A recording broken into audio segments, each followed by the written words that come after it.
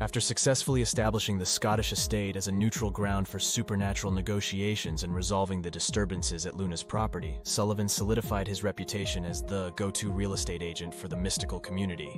His next adventure came with a call from an unexpected client who would challenge him in new ways.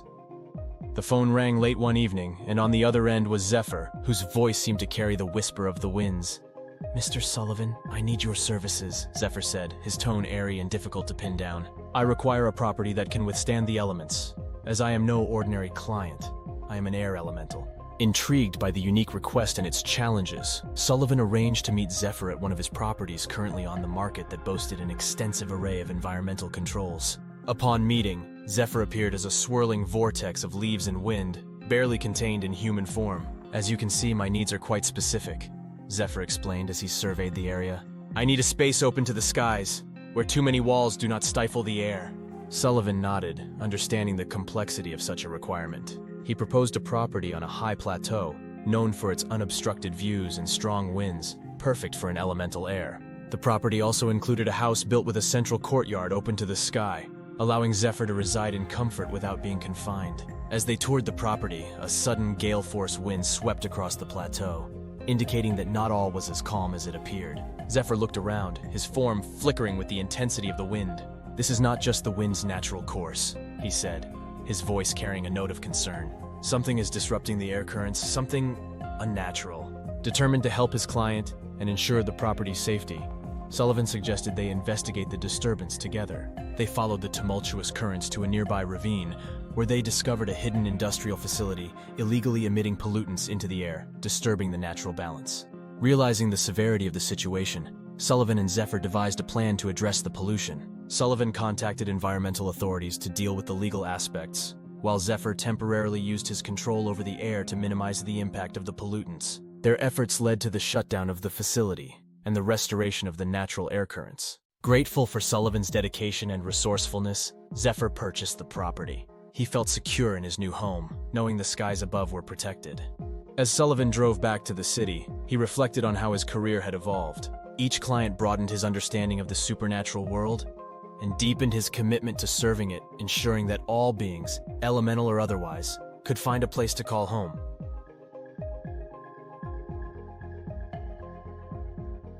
Calista contacted Sullivan after Marina, the mermaid, heard about his reputation. "Mr. Sullivan, I require a home, but not just any home," she explained during their initial phone call, her voice echoing like a soft water ripple. "I need a property with a natural spring and access to a secluded river, where the waters are pure and untouched by modern pollution." Understanding her request's rarity and specific nature, Sullivan set out to find the perfect location. He remembered an old estate in the countryside that included a protected natural spring and a stretch of river running through a private forest. It seemed ideal, but there was a catch. The area was rumored to be haunted by spirits of the land, unsettled by previous attempts to commercialize the water source. Sullivan and Calista arranged to visit the property to assess its suitability and address the spiritual unrest. As they walked through the lush forest toward the spring, Calista moved with an ethereal grace, soothing the natural world around them. Upon reaching the spring, however, the atmosphere shifted. The air grew tense, and whispers echoed through the trees, the place's spirits expressing their displeasure. "The land suffers from past scars," Calista observed, her face clouded with concern.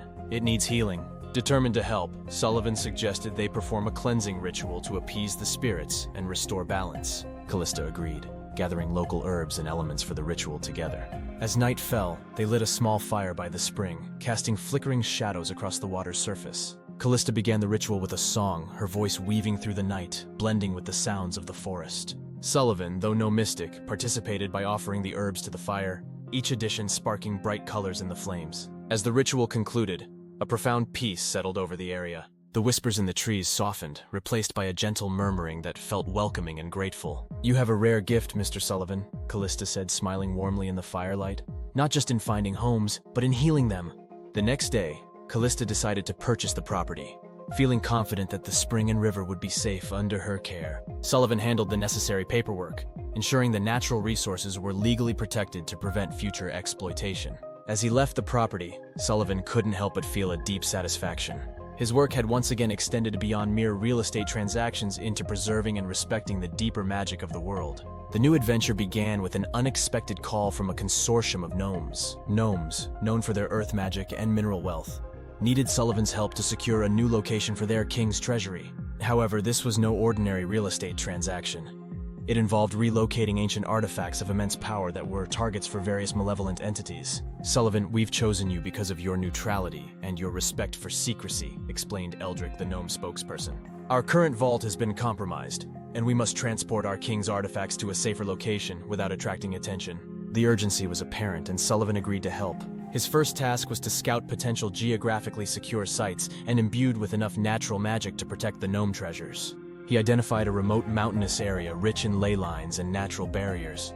As Sullivan and a small team of gnomes set out to inspect the site, they were unaware they were being shadowed by agents of a dark sorcerer intent on seizing the gnome treasures to enhance his magical powers. The journey to the potential new vault site was treacherous, involving rugged terrain and unpredictable weather. Although Sullivan was out of his typical urban element, he adapted quickly, guided by the gnomes, and was adept at navigating such landscapes.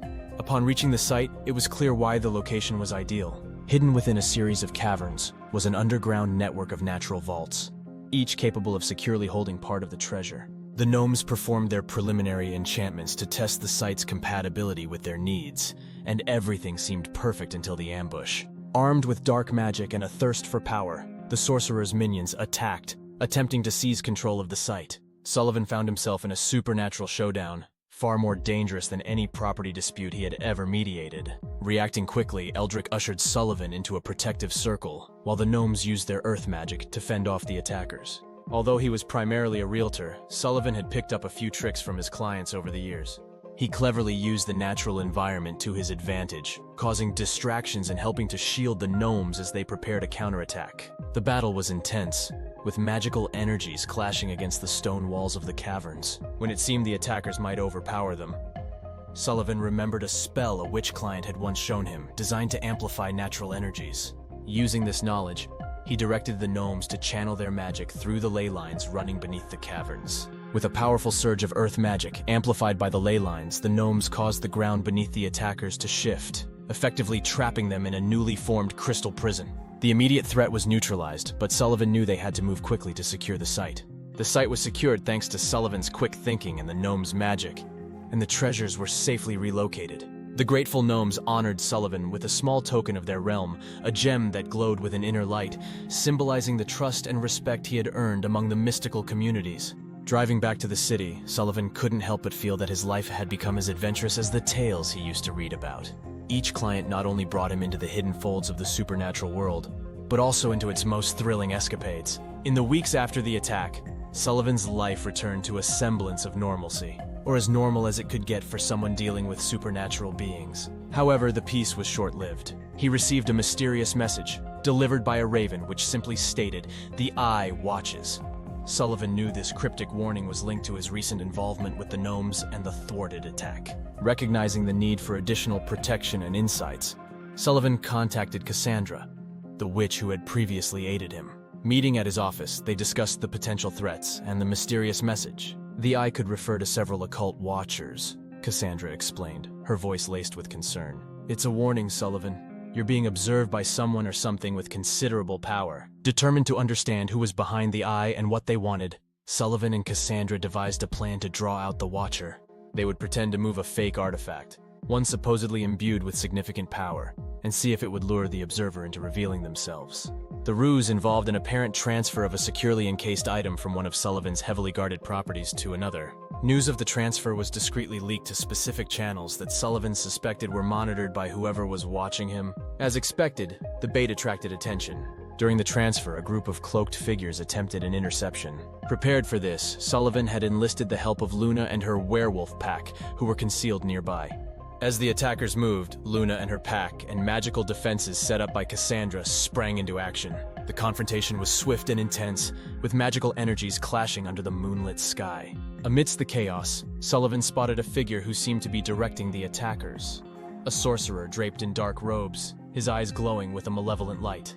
Cassandra, joining Sullivan, chanted an incantation that briefly illuminated the sorcerer's face, revealing his identity. He was a known dark practitioner banished from several mystical communities for his dangerous ambitions.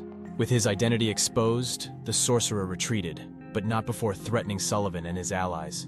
"This isn't over, Realtor. The eye sees all, and you cannot hide forever," he hissed before disappearing into the shadows. After the skirmish, Cassandra and Luna emphasized the need for a heightened vigilance as they regrouped.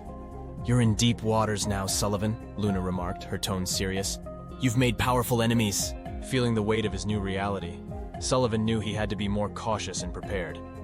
He took additional measures to protect himself and his supernatural clients, including magical wards and alliances with other mystical beings for mutual defense. As he drove home, Sullivan reflected on his journey from a real estate agent to a key player in supernatural intrigues. It was far more than he had ever bargained for, but he was determined to rise to the challenge, protecting his clients and himself from the hidden dangers of the magical world. Sullivan began by fortifying his office and home with advanced magical wards. Cassandra helped him integrate ancient protective spells that could shield against both physical and magical intrusions. They installed discreetly but immensely powerful sigils to alert Sullivan and his allies to unauthorized entry or malevolent surveillance. Moreover, Sullivan invested in learning elemental defensive magic. Although he would never be a spellcaster of Cassandra's caliber, he mastered enough to provide himself a fighting chance against minor magical threats. This training also helped him better understand the complexities of the mystical world, enabling him to serve his clients more effectively. Recognizing the importance of strong allies, Sullivan reached out to those he had helped.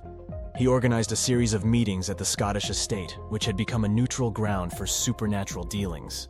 Representatives from various factions attended these meetings. Werewolves, vampires, witches, and even more reclusive beings like air elementals and gnomes. At these gatherings, Sullivan proposed the creation of a coalition, a mutual aid society of sorts, where members could assist each other in times of crisis.